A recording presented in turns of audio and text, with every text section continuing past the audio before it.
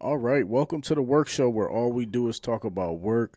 This is episode 27. I am your host, Trey Tuck. What is going on? I hope everybody's been well. I hope everybody's had a great weekend. Over here on the Connecticut side of things, just to kind of give you a recap of my weekend. On the Connecticut side of things, we're starting to feel winter. We're starting to feel winter. We're starting to feel the effects of um, what is supposed to be finally like I think this is like the perfect weather to be inside, hanging out, be at your crib, eat food, drink da da da da, and most importantly, watching football. It is right now what's going on is iconic. It's I don't want to say it's been one of the best playoffs that we've witnessed, but it definitely is some of the best football that I've seen. So, um, yeah, that's how my weekend was spent, man. Inside the house, it snowed twice. We had Martin Luther King's holiday, so everyone has that day off. But for me, I think it's a real cool time to remember um, Dr. King and everything that he's done for this country. I know everyone speaks on his I have a dream" speech and things of that nature, which is super dope. But I think the dopest part about it was the fact that he stood what he stood for, and he walked in it. Right. Most times we have people who say they're for one thing, and then they have ulterior motives. We had a lot of different political leaders and civil rights leaders that were for one thing, and then they kind of folded when it came time. He walked his walk into the very last breath, where he was, unfortunately murdered. So I think when people think about that holiday, some people think it is a day off, but for black and brown people, I think the coolest thing about it is that we have a few people, but he's one of the main people that his advocacy for us was very strong, and I think sometimes it gets whitewashed as far as what he actually did versus what he stood for. When people talk about him, they always talk about nonviolent and things of that nature, which is very true. But the thought of going to a bar or something where you have to sit in and deal with certain racist things happening. You go to protest, people sick the dogs on you. Yes, it was nonviolent, but the violence was being brought to him. And I think that's something that um honored who he was, and that like highlighted his godly presence and who he was. So there wasn't a lot of people like him. To this day there's not a lot of people like him who are willing to do the dirty work for the people like myself and others out there. So I know we remember it as a holiday. Some people have it off, but this isn't one of those Columbus Day holidays, right? Where it's like not really a holiday, like no. And I think as we move towards February, we start to navigate into the Black History Month, but Black History is every single day. So needless to say, that's kind of how my weekend went. Just did some processing, did some of that watching football. But that's what I'm here to talk to you guys about today. It's gonna be a good episode. We got sports, we got some of the politics stuffs. I know for those who have been here for the amount of time that we've done this, I'm still learning and sharpening up my tools as far as it comes to politics and policies and things of that nature, and just understanding. So for time to time, when things do happen that are really drastic and dramatic, I'm definitely gonna bring someone one on that I know that can educate you guys more. But we have some of that. We have some music. J. Cole dropped something, so we're gonna get into all that stuff. Where do we want to start? Let's you know what? Let's start with football, right? Let's start where I think rightfully so. I think we should, right? Like, let me put this layout. So, sorry. So, this is about the NFL and its matchups. Um, so as you guys know, for those who do watch and for those who did watch, last Saturday and Sunday were very eventful. The only game that really wasn't eventful was the Seahawks and 49ers game, which was a complete blowout, right? I think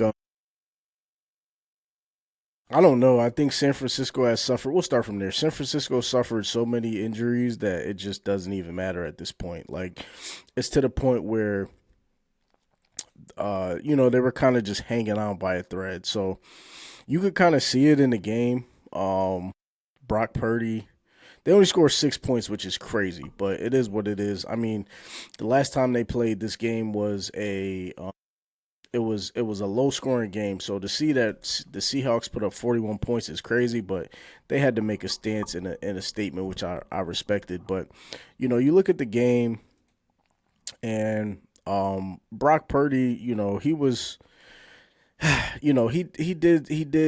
he's played well up until this point, right?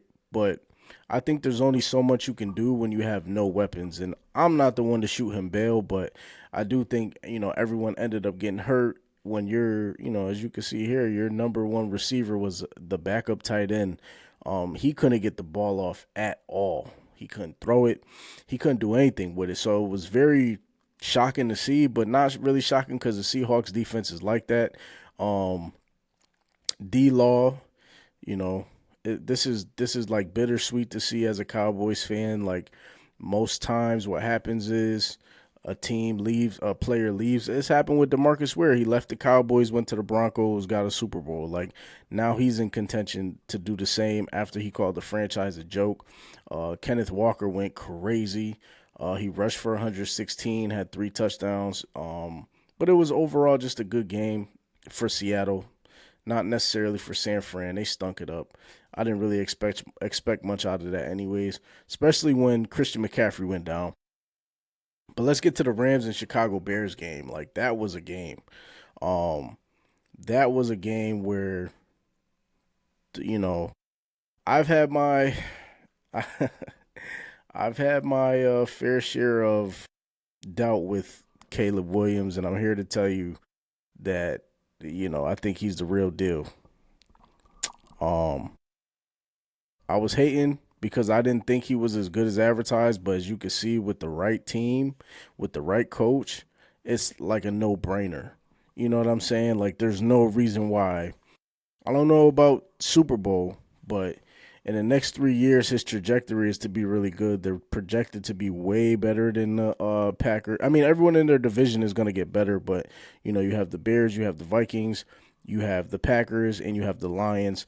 All of those teams are going to be retooling in the offseason, but Caleb Williams and the Browns, they played really well. The game went into overtime once again, and he threw a late pick. He threw a late game interception, which necessarily wasn't his fault, and they ended up losing the game. So I think he played great. Um, Moving forward, him, Coast and Loveland, they have a great connection. I think it's gonna be super dope to see them kind of elevate. I'm not a Bears fan, but I do see them doing very well in the future. So they're ahead of schedule, which is why this game losing to the Rams, Matt Stafford went for 258 yards. He didn't really throw it as well as I thought he would. Granted, excuse me. Granted, the conditions were terrible. It was like negative, 3 degrees or whatever it was. So just imagine catching a ball in that type of weather. Like, you're gonna really just bend on your tight ends to catch the ball. You're gonna dump it and you're gonna run it, which is both what both teams did, and they did it well. So the Rams and the Seahawks are gonna end up playing each other, which is gonna be super dope. What is this? The Rams and the Seahawks are going to end up playing each other, which is going to be really dope. I'm looking forward to that. Um, and then we got to the Bronx. These two games right here are the games where I had the most to say. Um, Let's start with the Broncos and the Bills, man. Let's start with the Broncos and the Bills. You know, I'm a little disappointed in Josh Allen. I'm not going to lie to you. This was his year. This was his year to really step forward and play like he was a Super Bowl, champion. And he didn't do it, man. I think he really he just choked. Like there's no other way to really describe it. He choked. And for somebody who they bent a lot of rules for, like let me just stop sharing this for a second. For somebody they built a lot of rules for, like you think about the overtime rule that they created because they thought they wanted him to have another chance. Like he's just been coddled by the media and just by his overall depiction, right?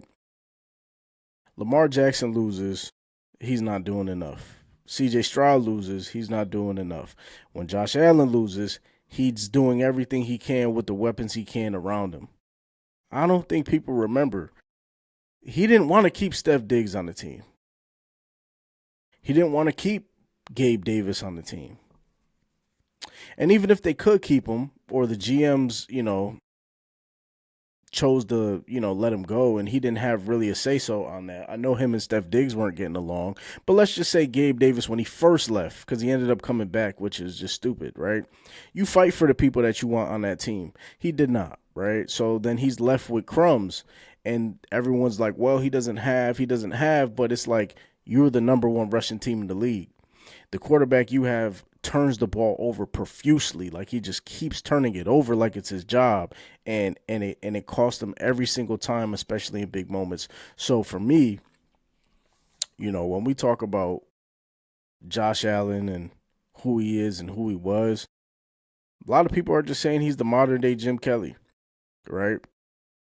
But to take it even further, I don't think he's built for big games. I don't think he's built for them. I don't think there's just something there. Like you're supposed to beat this team, especially in that game where they should have won it twice, right? Let's get to some of the highlights. Let me see. See if I can show some highlights.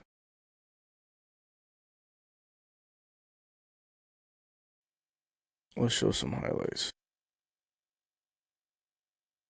So,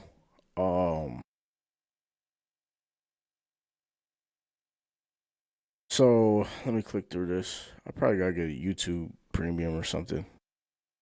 Let's see what's going on. To the Mile High City, Empower Field at Mile High to be exact, as we are set for this AFC divisional playoff game as the Denver kick on the way and throws ball middle of the field, open receiver and first sack of the game by this Broncos defense. Kick on the way. I want to show y'all the play that where I was watching the game, like what the fuck is going on, right? So the game is going per usual, right? This fucking idiot, man. Halftime from Empower Field at Mile High. This is the 2 seconds. Touchdown, Denver. Little so they scored. Dropped one in the first quarter. He didn't drop that one. 29 yards. I want y'all to pay attention to this, right? I'm not going to go over it because, again, the game is over. It's been over, and there's been a lot also happening that I want to get to briefly. On the touchdown, and the Broncos. The game is 10-7. Game's 10-17. Second quarter, there's 2 seconds left, which is 2-2-2, which is crazy. Seconds to go. That's kind of wild. This is them with the ball, like with 2 seconds left. This is 20 seconds left. And the Broncos in front with 22 seconds to go. Holy shit. Wow. Breaks contained, out of the 30, runs out of the 35, out of the 40. He fumbles the ball. The ball is free. Recovered, now still free. Hold on, man. Now I'm starting to believe that this shit is rigged. Let me see. Denver's got it with 2 seconds to go in the half. Yeah, they're playing with us. Kick on the way. Yo, look. All right. And it is good from 51. Right, so look, and we have come to the end of the first half. And at halftime from Empower Field at Mile. All right, man. Look, this is a lot of twos. They kicked the ball with 2 seconds left. This is end of the second quarter. It's 22-2-2, 1-1. Yo, it's different. This is crazy. Anyways, holy shit. Holy shit. Right? But I just think, at the end of the day, he's not gonna get it done. He's not getting it done. I don't think he's good enough. And that's just the plan. That's just, it is what it is at that point. There's not enough weapons that he can have where he can get over the hump. I'm gonna say it now. He's gonna be a great quarterback, but he's gonna be like a Phillip Rivers. What are some other great quarterbacks that have been there, but I mean they've been great, but they just never got it done.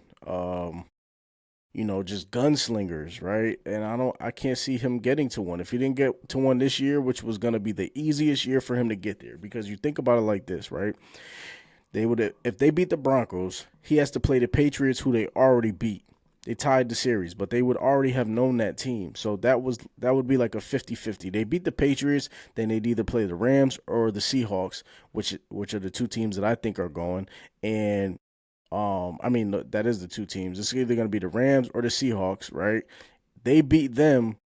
They win the Super Bowl last year of their old stadium. It goes on the storybook ending, but he couldn't get it done. So it's just like, it's very sad, but at the end of the day, I don't feel sorry for him because he always comes up short. And then that goes to the next player, right, which is C.J. Stroud, which they're killing. Rightfully so. He played terrible. I don't care what no one says. He played very bad. This game should have never been 28-16, right? They threw three. So this is where this is where they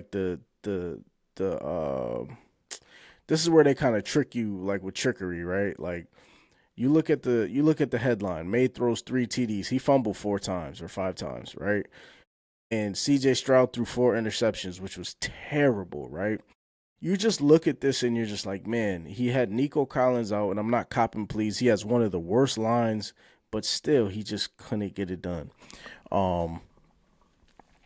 And it was bad. Like, there were bad picks. I don't know who this dude is, but I always say, ever since they caught him leaving that club with with Amber Rose, they caught him leaving that club with Amber Rose. He ain't played the same, man. I don't really understand where he's at. He's gonna have to do a lot of soul searching, because this game was 10-21 at the end of the first half.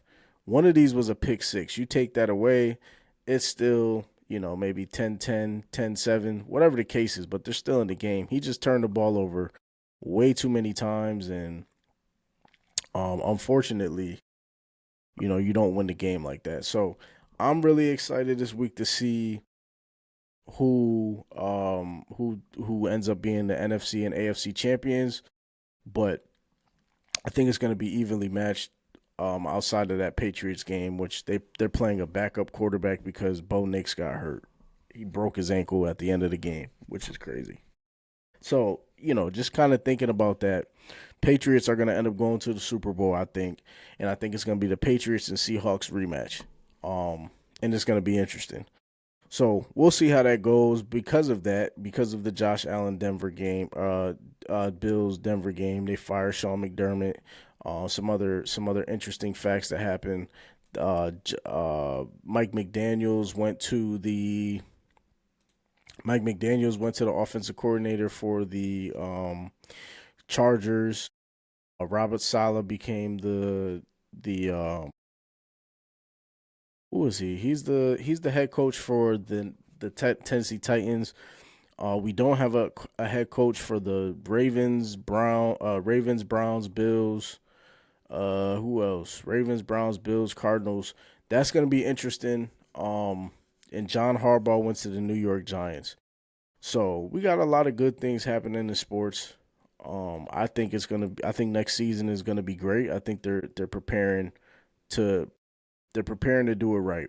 I think next year, the NFC East is gonna be very competitive, and I'm excited to see what happens. I don't know if my team's gonna make any moves, but The simple fact of, you know, we'll be in the news is good enough for me. Excuse me, because until they get rid of Dak Prescott, it's not gonna matter. None of it's gonna matter. So we'll see what happens. But needless to say, that's the quick follow up in sports. But I want to get into some music, right? So this right here, this shit right here, this shit called Death. This shit right here, for those who don't know, this is January 14th. Um, J. Cole released J. Cole released a new record off of his Fall Off album, is what it looks like. And we're gonna listen to a few of it. Like, we're not gonna even listen to all of it, but just a little bit, just to give you a taste. But this shit is crazy. And it says this two, song two or something like that. So this video is so crazy, bro. Like, to rap in reverse is one thing, how he's speaking about himself in reverse is another. But just, man, this shit is just ridiculous, bro. This is crazy to do this. I can't play the whole thing, but holy shit, man. Cole is back, and I think he got a bad rap, rightfully deserved from the whole beef shit. But oh my gosh, I can't wait to hear this album. I can't wait to hear what he created for this. He said it's been going on for, he's been putting it together for like the past 10 years or something like that. And anytime artists say that, that normally means they piece together a masterpiece and just how they wanted to do it. So um I'm very interested to see how this goes. For those who don't know, is one of my favorite rappers. It's him, Wale, and Kendrick. Those are my three.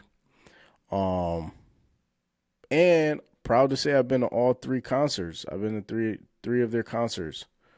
Um I've been to, yeah, wow, I'm thinking about it. Like, I've been to J. Cole's concert when he did Forever Yours. I went with my sister, my girl, my mom to the Wale concert at Irving Plaza last year or 2 years ago. And then I seen Kendrick twice. I seen Kendrick Section 80 when he was at Toad's place. Huh, did I say Kendrick? Yeah, no, I didn't say Kendrick. I seen him at Toe's place, and then he did a show at CCSU when Section 80, when Good Kid, Mad City came out, and I remember everyone in the crowd hated the fact that he was doing like Section 80 records, and they just made him do like remixes and fucking Good Kid, Mad City songs, which was dope. But I could tell like he was trying to get some shit off on the crowd, and the crowd was like, "Nah, nigga, we need them hits, we need them hits." Um, but all great performers. And I'm not a big showgoer unless, you know, I'm not a big showgoer unless have great seats. I don't like ever since I became an artist, I don't like sitting in a, I don't like sitting in a fucking um I don't like just sitting in a goddamn crowd and being pushed and people spilling their drinks on you and you're like, oh, like I hate that shit. So I try not to go to shows if I don't have to, but I think this Cole album is gonna be crazy. They're saying it's a double disc. I remember when they said he had wrote the songs. It was the off season, It's a Boy, and then the Fall Off. So the Fall Off is essentially his retirement album. We will see. If you haven't heard this song, I don't even know if it has a name to it. It's just called, what is it called? It's just called Disc 2 Track 2. Nobody knows what the fucking name is. Um, so shout out to Cole, man. This shit is gonna be crazy. Another music news. I heard this shit and I was like, I heard this record and I was like, yeah, I need to get in the gym to this. I heard it, I saw the video too. So essentially T.I. ended up cutting off his dreads, right? And he probably did it because motherfuckers was fucking with him, saying he had a bald spot and shit. So he had to show people, and he came back to music, which is interesting because for a little bit of time he stepped away. He was doing comedy. So I think this is like his way to show people like, I mean, the song's called Let 'Em Know. It's self-explanatory, but I think this is like his way to let people know like, stop fucking with me. This shit is crazy. Oh my God. This is like fucking, oh my goodness. Let me run that shit back. This is like what you know about that. Like, oh my.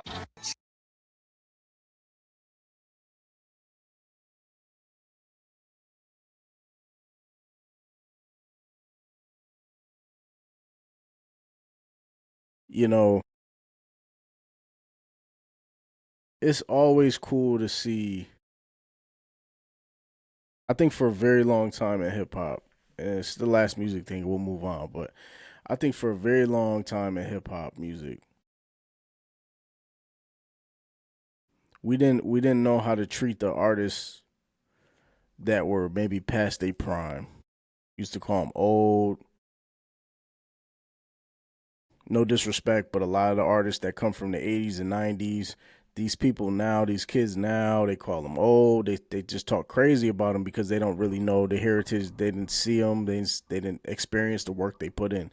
So now, for like my generation of artists, I think they're doing it in a way where it's cooler. They're making music in a way that's cooler now. It's not like they've always been cool. So like you think about like the older artists, like Ti's older. You think about the Clips. You think about Nas. You think about um Freddie Gibbs, and you think about Griselda. I can go forever.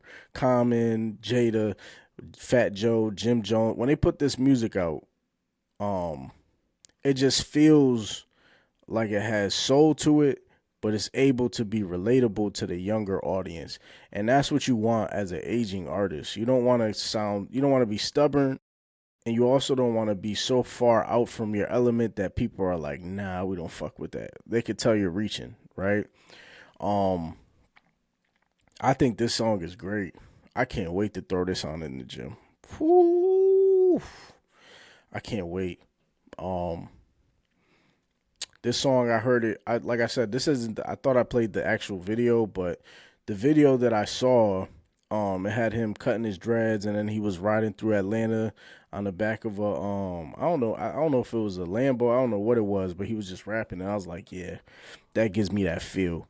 And that's kind of what you want, man. Like you want as an artist to inspire, but do something different. The pocket he was in. You know what I'm saying? Similar to J. Cole and like this shit J. Cole just did on that record, and I know he's gonna do on his album is crazy. To rap in reverse is one thing, but to rap in reverse and it feels like it's going in reverse.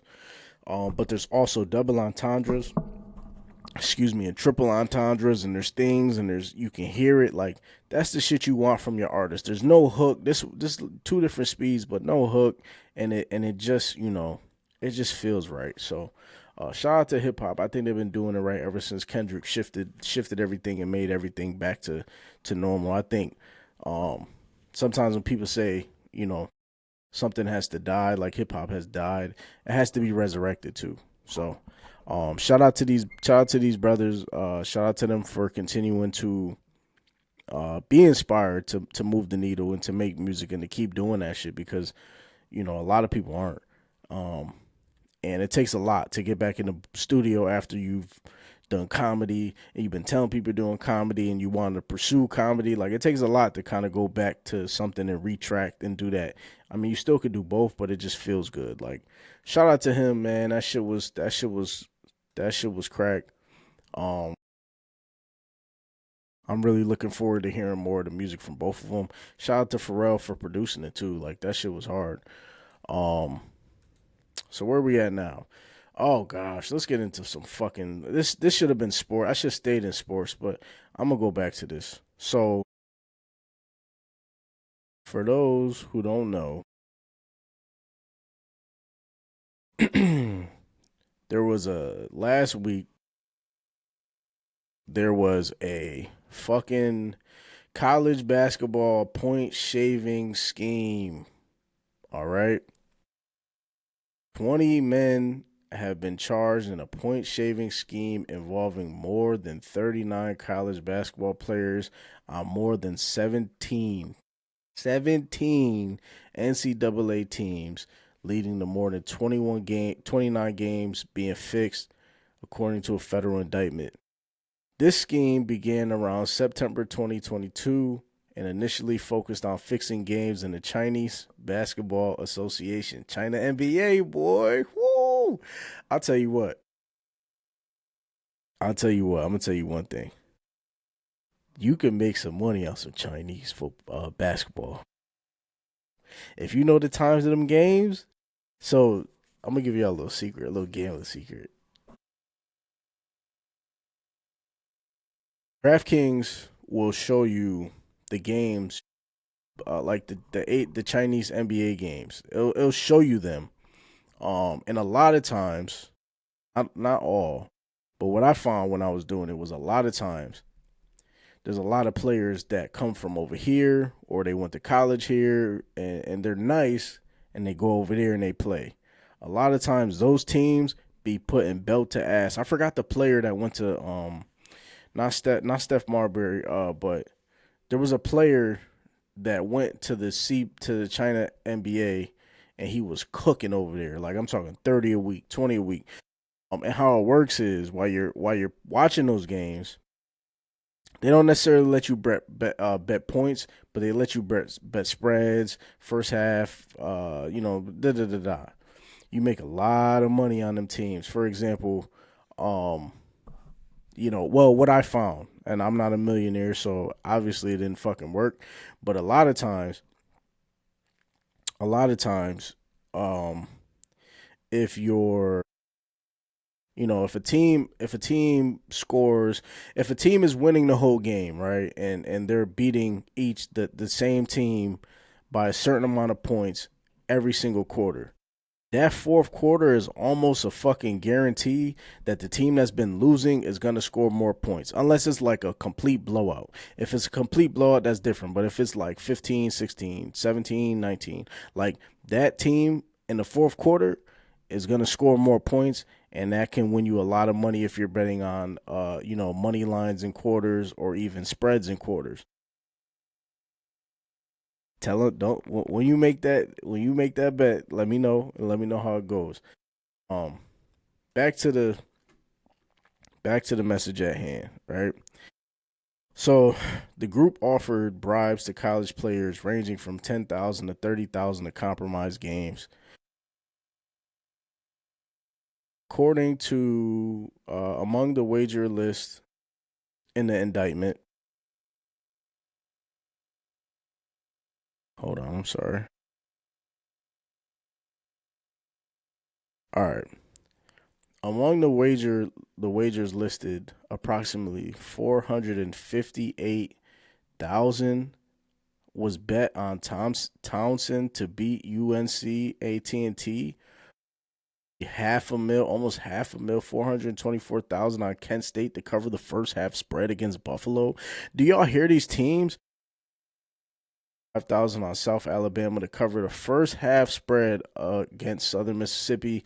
256,000 on Northern Better. Da, da, da, da. You know why they got away with this, y'all? Do you know why they were able to get away with this? They were able to get away with this because the teams that they were betting on were ass or like lower Division I games, like Kennesaw State. These are teams that aren't going to the big dance. It's not the Dukes, it's not the Tennessees, Kentuckys, but like these are the teams that you would want to. I mean, the amounts of money they was doing is crazy, but like you could tell they was dumb as fuck.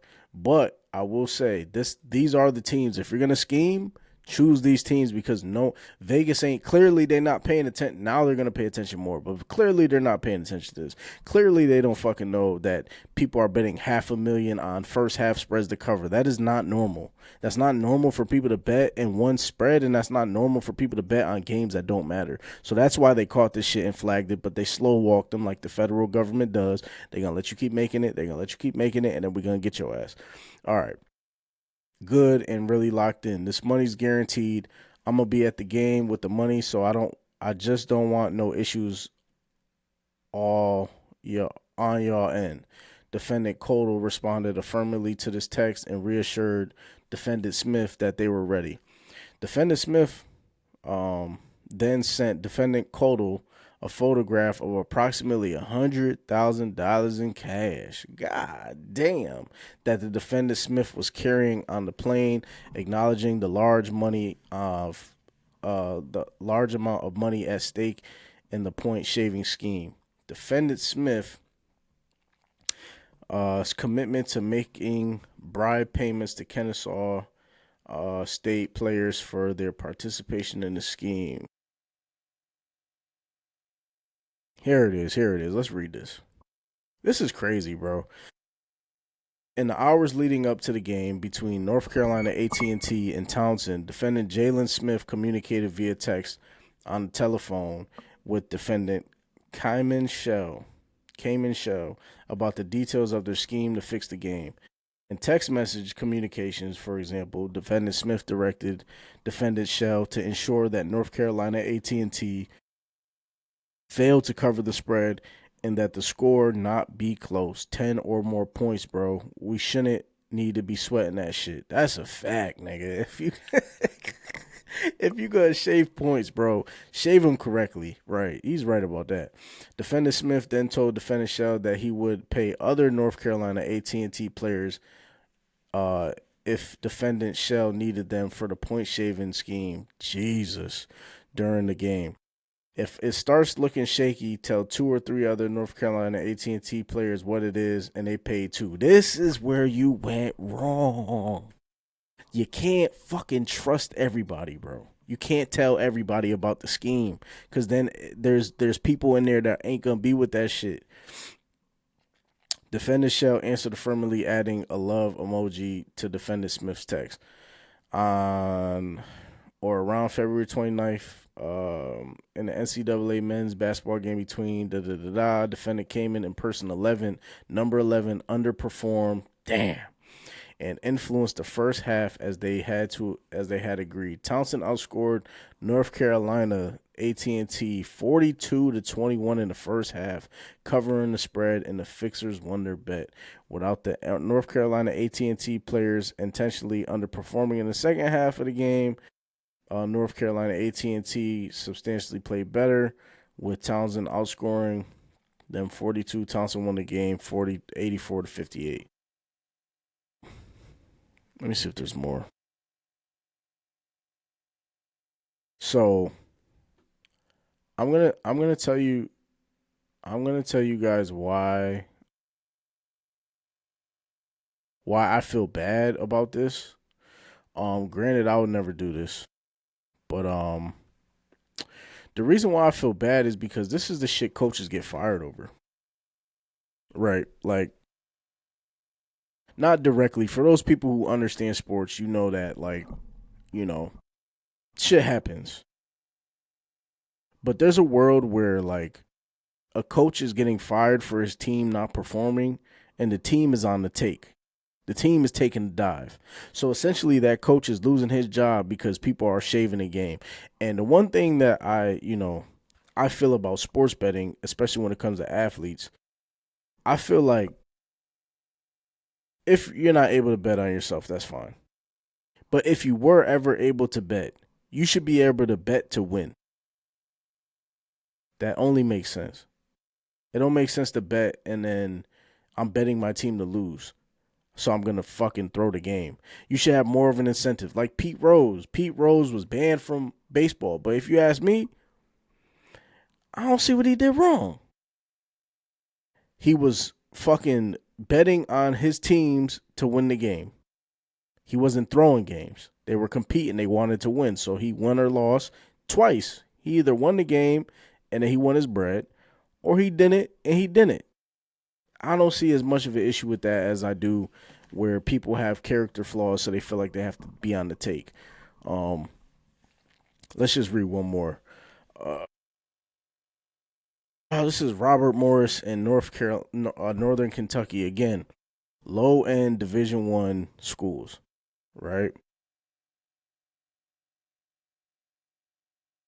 The Fixers recruited Robert Morris forward Marquise Hastings and 2 other Colonial players, with one of the Fixers texting another got the RMU boys ready, waiting on you.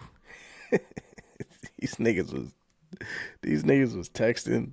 Oh man, they had to be white. That's some white people. Nah, I don't know now because this is some nigga shit too. Like I don't know. I don't really know. I'm a little conflicted on who was partaking this. I wish I got to see a picture, but my guess is it's a mix of niggas and white people because this is some stupid ass shit. They texting motherfuckers, bro. All right, so the sports book had Northern Kentucky favorited by 1.5 in the first half of the game. So for those who don't know, 1.5 means it's a pick 'em. It means, you know, pick who's gonna win, right? Normally it's close. The Fixers bet at least 256,000 on the Northern Kentucky to cover the spread in the first half. The players all underperformed, and the gambling ring cleaned up. Prosecutors say Robert Morris trailed 42-23. That don't happen when the shit is 1.5. That's when you know the fix is in. But closed the deficit in the second half to ultimately lose 70-20. The next day, the Fixers were arranging to meet Hastings near a hotel in Fort Wayne, Indiana, where Robert Morris was playing its next game to deliver the payout. Hastings allegedly texted, "We might as well do the next one too. This shit was too easy." Fucking terrible. Terrible, terrible, terrible. I feel like this is happening more than people know. I think this is happening in college. I think this is happening in college football. I think this is happening in college basketball. I think it's happening in the NBA. And I think it's happening in the NFL because when you think about it, it's like, where are those people going? When the shit is all said and done, right? Let's just say like I was in college and I gambled and I made it. You think I'm gonna stop? And even if I want to stop and I'm in with the wrong people, do you think that I can stop? So there's a lot of times where it just feels like for my gambling population out there, you ever play something that you're so sure of and then it don't happen and you're like, hold on, this don't make no sense to why this didn't hit because this is 100%, da da da da. Like nothing's 100%, and gambling is always chance, which is what you can always rely on. But it's like, man, dog, some of this shit is like very blatant and obvious, and it's kind of fucked up. That it's at the expense of people. I think in about 10 years, there's gonna be big lawsuits being paid out, from all the sports books, just because it's not fair. It's not fair play. Um, and I think in college somebody had mentioned this, but they were saying they don't think you should be able to do prop bets. But clearly this wasn't a prop bet. It don't even matter. These are spreads. And the game can easily like you can easily cover spreads in basketball. Bad shooting nights, can't make free throws, turnovers. You can make it look like you're fucking terrible and you're just fixing the game. Shit is bad for gamblers, bro. And on top of that, you have to pay 10% of your earnings or some shit like that with the new Trump shit. Like, it's not looking good. And that's kind of why I stay away from college. I realized it 2 years ago, when I was betting on college basketball and college football, and I kept losing. I kept losing. I kept losing. I was doing research. I was losing. I was doing straights. I was losing. And I was watching the games, and I'm like, yo, like, how y'all just score this much and don't? Motherfuckers was on the take. Can't trust them motherfuckers, man. All right, what do we have next? What do we have next?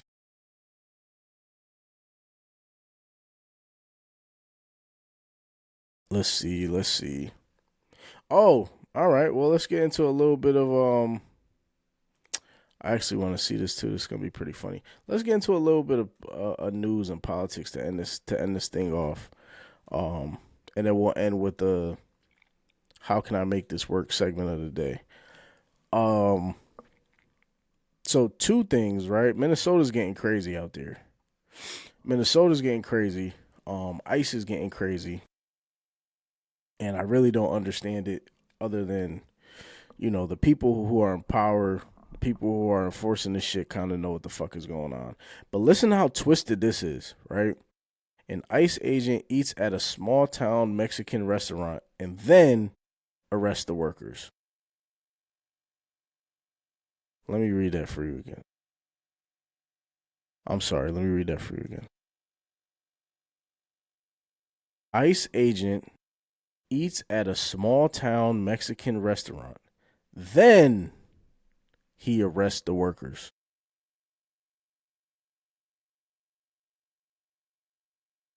I don't really have to read it. I'm gonna read some of it. But do you know how sick it is? You know how like I'm gonna take these off for a second. You know how demented you have to be to do that?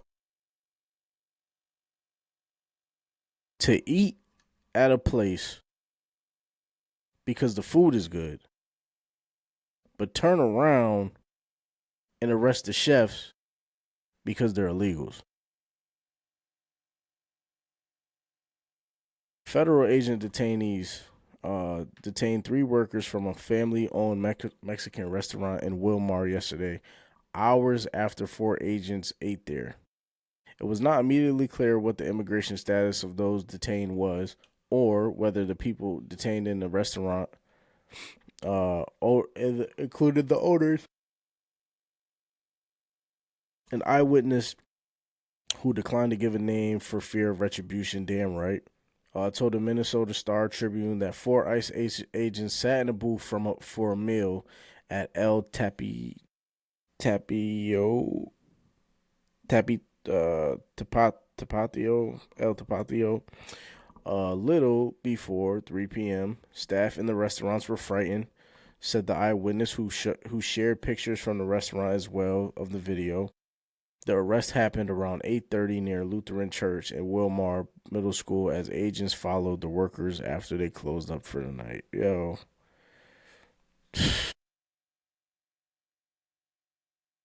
This is where we are, man. This is where we are. This is what we're dealing with. This is what we're doing.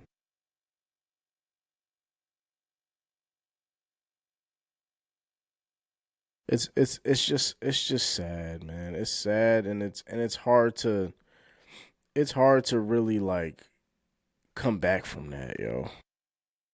It's hard to come back from that, yo. It's hard to come back for that. Excuse me, sorry. And then there was a report right here. Look at this. I'm Mark. Look at this. Look at this shit. Take a look at this shit. Take a look at this shit.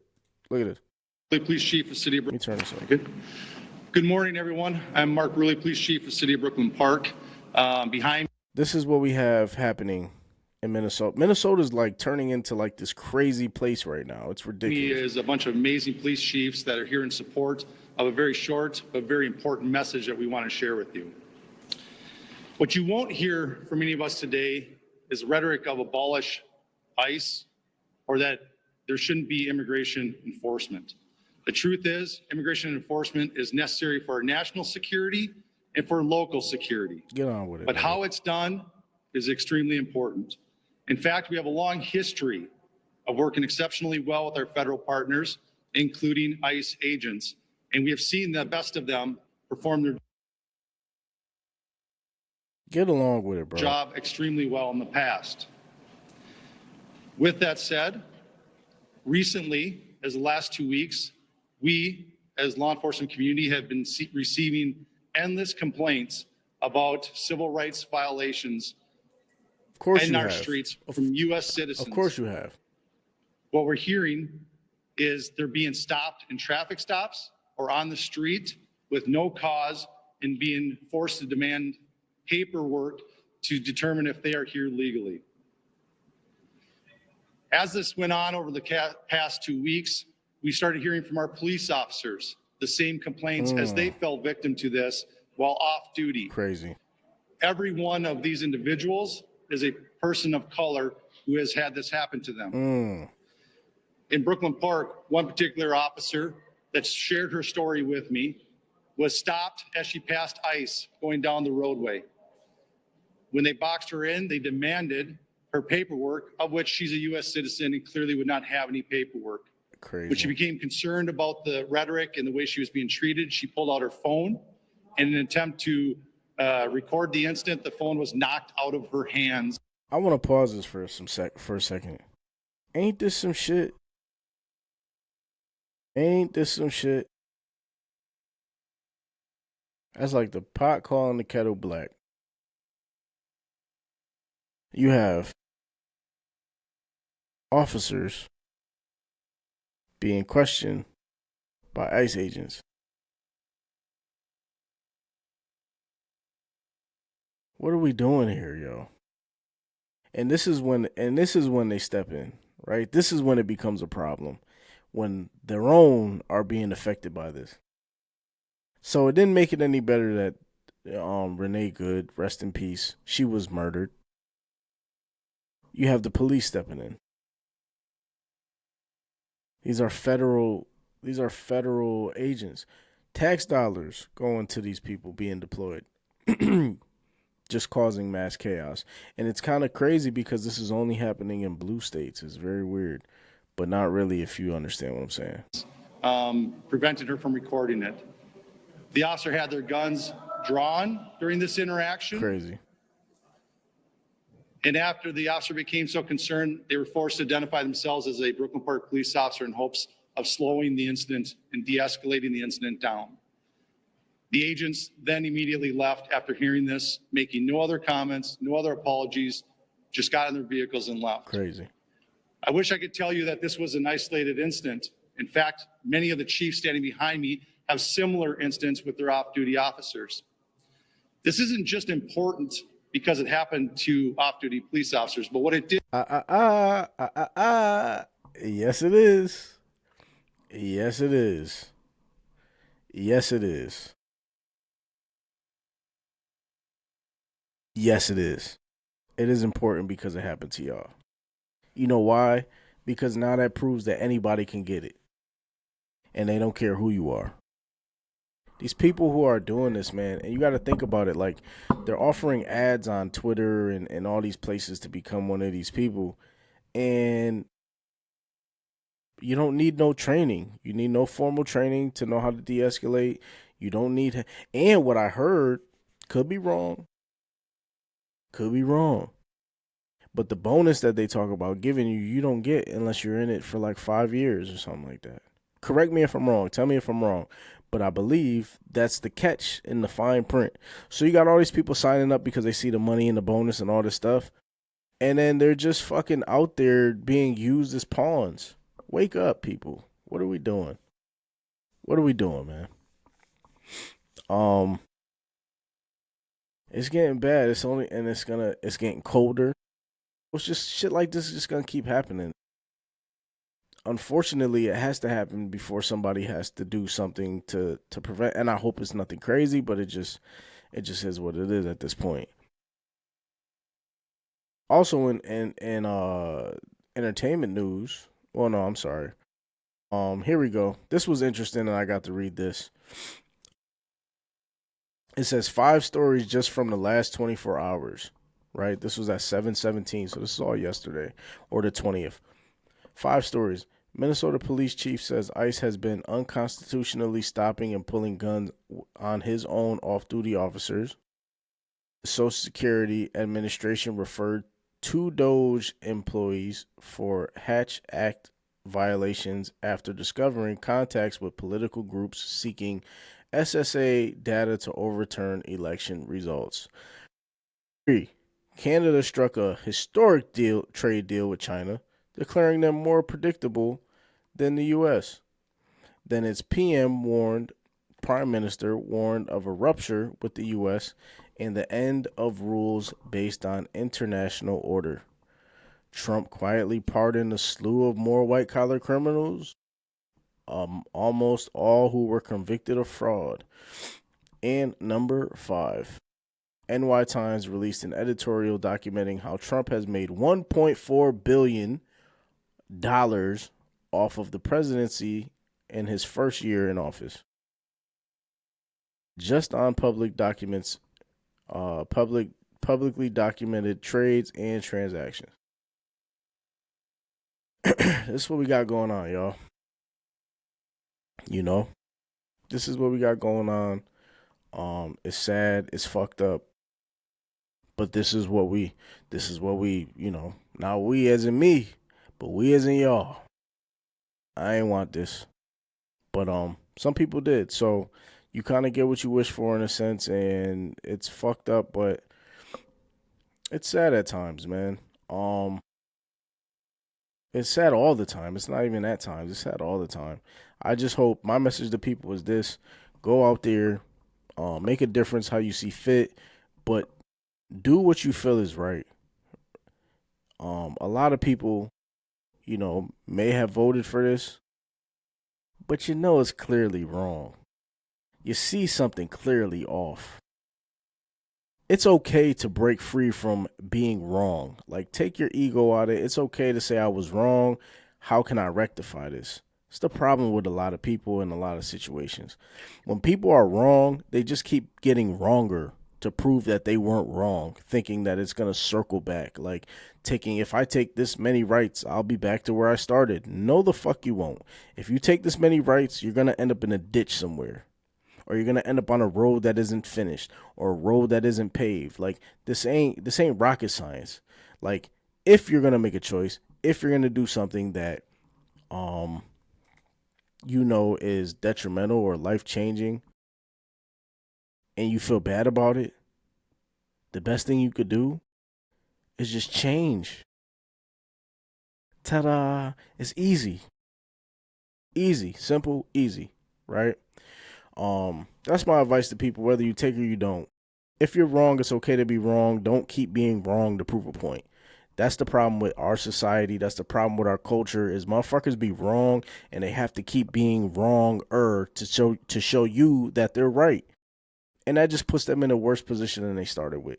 You don't want to be in a worse position than you started with. So that's why it's more important for you to kind of figure out, like, okay, I voted for dude. Some things I thought were going to happen and they did, and I like some of it, but the shit that's going on is clearly inhumane. Because this is how, like, genocides and shit like that happen. And it's happening right in front of our very eyes, because they're sending undocumented immigrants to places where they can't contact anybody, and just shipping them off and having a deal with El Salvador, sending them off. Like, what are we doing, bro? What are we doing? It's okay to be wrong, yo. That's the theme of the day. It's okay to be wrong. Just don't try to be wronger to be right. It doesn't make any sense. All right. So, with that being said, I'm going to end with a little bit more lighthearted news before I do this, because I don't want to end like that. This is interesting, and I don't know, for all you Vegas people, this is probably the most interesting news that I saw, like, scrolling on the timeline. So it looks like the Sphere, which is the Sphere Entertainment, which has the Sphere in Vegas. They're thinking about moving to National Harbor in Washington, D.C. I'm sorry, not why, I'm tripping. In Fort Washington, or National Harbor. What the fuck am I saying? National Harbor in Maryland. Yes, we're here at National Harbor, and soon this will be home to one of the most advanced And if you've never been to National Harbor, let me tell you, it's beautiful. They've been building up that like area. They brought in the MGM casino. It's awesome. I've been there once. I don't really like MGM casinos anyways, but it's beautiful as far as, like, the stuff that they have going on there. There's a Ferris wheel on the water. There's a bunch of restaurants. There's like an area where people could watch movies outside. It's really dope. And it's by the water. So, like, right now they do, like, they have ice skating and things of that nature, and they have, like, a snow I don't know what it is, but there's snow carvings and shit like that. I gotta go back there actually with my girl. I think that'd be fun. But National Harbor is very touristy and very nice. They have outlets probably, like, right up the street. So this is going to be the perfect place for it. I just don't know where they're going to put it. Entertainment centers in the world, a Sphere. Now, it would only be the second in the United States, the other, of course, being in Las Vegas. This will be a little bit on a smaller scale, yeah, it would have but to be. Nonetheless, it is sure to bring a lot of excitement to the area. Now, this is a county that, mind you, is going to be losing the Commanders in a few years, and Six Flags has already officially shut their doors. I didn't even think about it like that. So this will bring huge economic I didn't think about it like that. That's right. Development to the area. That's where it's going to be? What the fuck? That shit looks crazy. Now, the venue would seat about 6,000 people and feature a massive 16K by 16K interior. Oh, that's not bad. That's not bad. That's not bad because I think this is National Harbor down here. So this goes to Alexandria, right? But I think this is MGM right here, the Sphere, and then you would go down here, and this is National Harbor. I think this is National Harbor down here, something like that. Interior LED screen, the highest resolution display of its cool kind, shit. along with immersive sound and 4D effects. The iconic exterior, known as the Exosphere, would also feature LED displays visible to visitors throughout the region. Now, Governor Wes Moore saying this will be one of the largest economic development projects in Prince George's County history, and shows once again that Maryland is the best place in the country to bring bold ideas to life. Now, according to officials, the project would use a mix of public and private funding. That shit is gonna be expensive. You think a sphere coming to Maryland is gonna be cheap? $200 million in incentives supporting about 2,500 construction jobs and nearly 4,800 permanent jobs once the venue opens. Economic impact is expected to exceed $1 billion annually. County Executive Aisha Brayboy calling this a world-class win for Prince George's County and shows how we can compete and win major. It's just gonna cost the tax dollars. That's the only problem, is that it pulls from the people. I hope there's some type of like incentive for being in that area. That would be dope. Projects on a national scale. Now, there still are agreements that need to be approved upon, and also government approval needs to be there as well. But this will bring year-round concerts, entertainment venues, something that the county is very. I'm interested in seeing how the Sphere works with like snow, because it doesn't snow in Vegas. You know what I'm saying? It barely rains. That's interesting.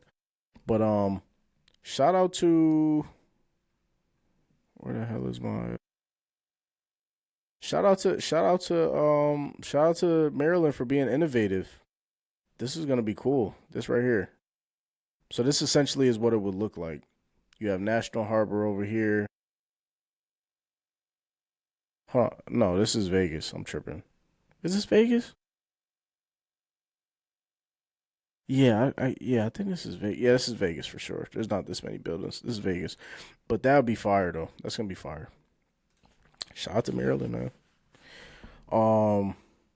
Oh shit, I forgot to talk about this, but I want to talk about this real quick. So huge, and it's very tenderism. Old Unc right here. It's funny how the internet is built, bro.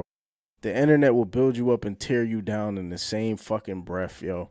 So this story here is crazy because, for those who don't know, Destination Smokehouse is the name of the restaurant.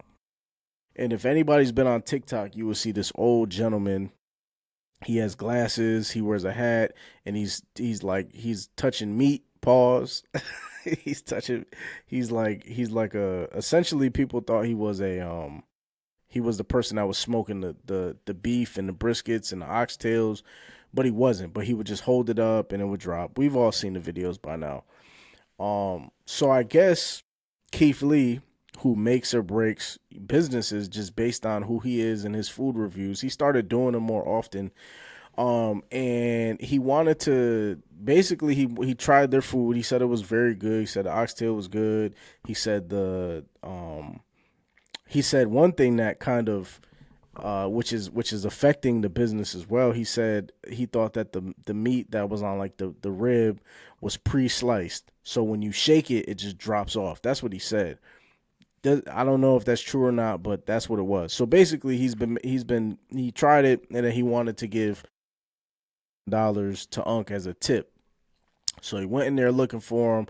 They basically took him away, and then come to find out, Unc don't own the trademark to tenderism. This gentleman does. This, I don't know his name, but he's the owner of the actual place. He owns the trademark. And just listen to what he says. Like, so they're doing this video because they're under fire. But just listen to this. He's added to the business has been huge, and it's very visible to a lot of people. But then at the end of the day, it shortchanges so many other people who built this business, including this. Let's break this down, right? And how would you feel?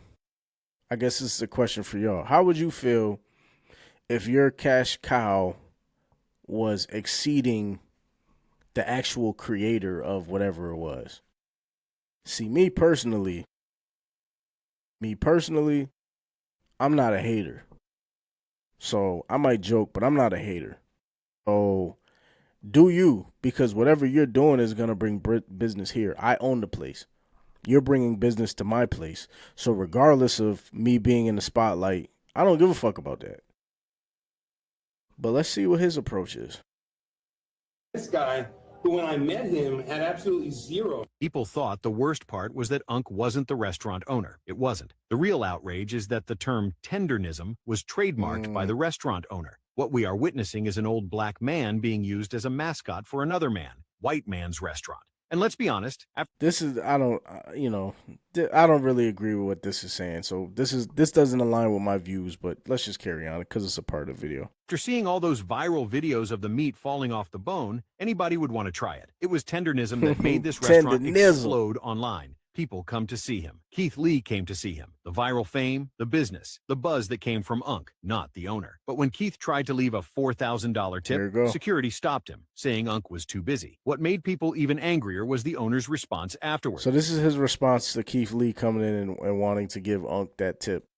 If I would have known he was here, I would have probably asked Edie to stop for a few seconds so we could go over there. That's what I would have done. The way the owner speaks and Unk's energy just makes the whole thing feel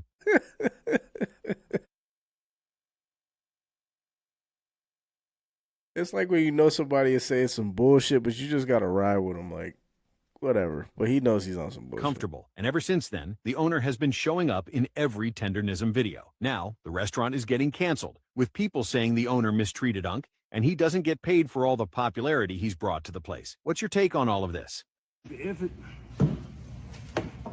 So, I'm gonna get out of this. My take on this is I get what the owner's saying as far as like, this is his restaurant and, if he's going to get tipped, everybody should get tipped. I don't believe in that because I think that's some hating shit because it's like, if I got a tip, I mean, based on how you do your tips in the restaurant, but if I get a tip and it's my tip, why would I have to give you a percentage of work you're not doing? If I'm bringing all this business in and the only reason why I'm here or why he's here, Keith Lee is here, is to meet me, why the fuck would I tip y'all?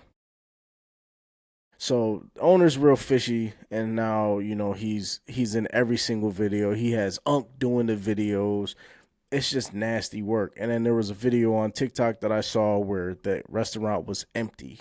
That shit can make or break you. So choose to be a hater, but be very wise on how you do it. Because when you do that shit with black people, they don't fuck with. They will leave some shit. It just goes to show you the value of the black dollar, right? Because this wasn't a bunch of different people lining up. This was black people seeing a black gentleman promote it. So we all went there in spirit and tried to promote him. But when we found out it wasn't his, it was like, all right, that's cool. But then when we found out he didn't own the trademark, it was like, And then we found out that, okay, he can't even necessarily get paid for his things without you being in his pocket. It's like, so I don't know, but we'll see how that works in the business. I literally seen Keith Lee turn a business upside down just from poor customer service, and they went out of business. So you got to be careful with who you have coming to your place, and when they are there, you better treat them like fucking VIP guests. If the dude knew how important Keith Lee was, he would have just gave the tip to him and then say, hey, Unk, let me get a portion of that proceedings. Or, nigga, you gonna make it in fucking sales. So why are you worried about $4,000 when you're doing well over that in marketing and just residuals? But needless to say, let's get to our last segment of the day, which is how can I make this work? Or how can I make it work? All right, this one's lengthy, y'all. All right. This one's from Wild Pickle. Pause. All right, I'm pregnant with my first. This is am I wrong for not wanting my mom to come to my first pregnancy appointment? Let's see. So it starts with this this young lady having a long text message of what her mom, it looks like what her mom sent back to her. So I'll read that after. But I'm going to try to spark note it. Damn.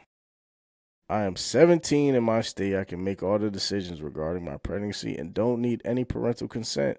And I'm 18 in less than a month anyways. My mom seems to be the only person who had an issue with me wanting to go alone. I've already explained. I just want to share this moment and possibly seeing my babies for the first time, hearing a heartbeat, blah, blah, blah, with the pops. And if they do decide to do an ultrasound, the first ultrasound will be more like a blankety blank, and I'd rather not have anyone else in there while they do that. She can't simply respect the decision. She keeps pushing and inviting herself to this important, and I finally had enough and told her she wasn't going. She's been texting me, cussing me out, even though I already told her she can go to my other appointments because I have plenty more, and she'll be in labor and delivery room. Everyone is on my side, but they're telling me to let her go to keep my peace. But I already said no because that's what I meant. But I'm not giving a little temper tantrum. Da, da, da, da. Let's see. She keeps on my face, and honestly, that has nothing to do with it. She would be doing this even if I was in my 30s. The main reason is my mom's taking me. It's his mom's taking me. Oh, shit. Hold on. The main reason is his mom is taking me and not hers is because one of her car brakes has no brakes, which is extremely dangerous. All right, man. I'm not even going to read the I'm not going to read the text message. This is what I'm going to tell you here. Wild pickle. You're wilding. You're fucking bugging. Your mom, if this nigga's mom could be invited to the ultrasound, your mom should be invited to the ultrasound. Now, granted, I don't know the relationship that y'all have, so it's like, could be good, it could be rocky, I'm not really sure. Based on this text message, I'll give y'all a little piece of this. You wanna you wanna go by yourself? You got it. You can go the whole 9 months by yourself. God damn. I don't care anymore. Excuse me for wanting to be involved. I could have been like you. I could have been like some of these moms that said, nope, you got pregnant at 17. Fuck you. I don't want nothing to do with you. You fucked up. I'm done with you. You handle this on your own. I could be like one of them. But instead, I'm trying to actually be here for you. But now I feel like what's going on. But now I know I feel like what's going on his side. The families don't got any fucking head making you what? She's tight. You feel like they're gonna be here for you way more than I will. If that's the case, by all means, you can have it. All right, I got my full analysis. Y'all both need to sit down and talk. I don't think this is me. Take me for my word. This is me. I don't think that you should go to the first appointment without her, but with his mom. Because if you're not gonna have no parent, you can't say that you want it to be intimate, and then you have another parent. That's fucked up. So whether you think you're, overreacting or not, I don't think she is, but I think maybe the way she's speaking to you is kind of crazy. She should also probably respect your decision, but I don't know. Let me bring somebody in on this one. Hold on 1 second. Hey, Ash.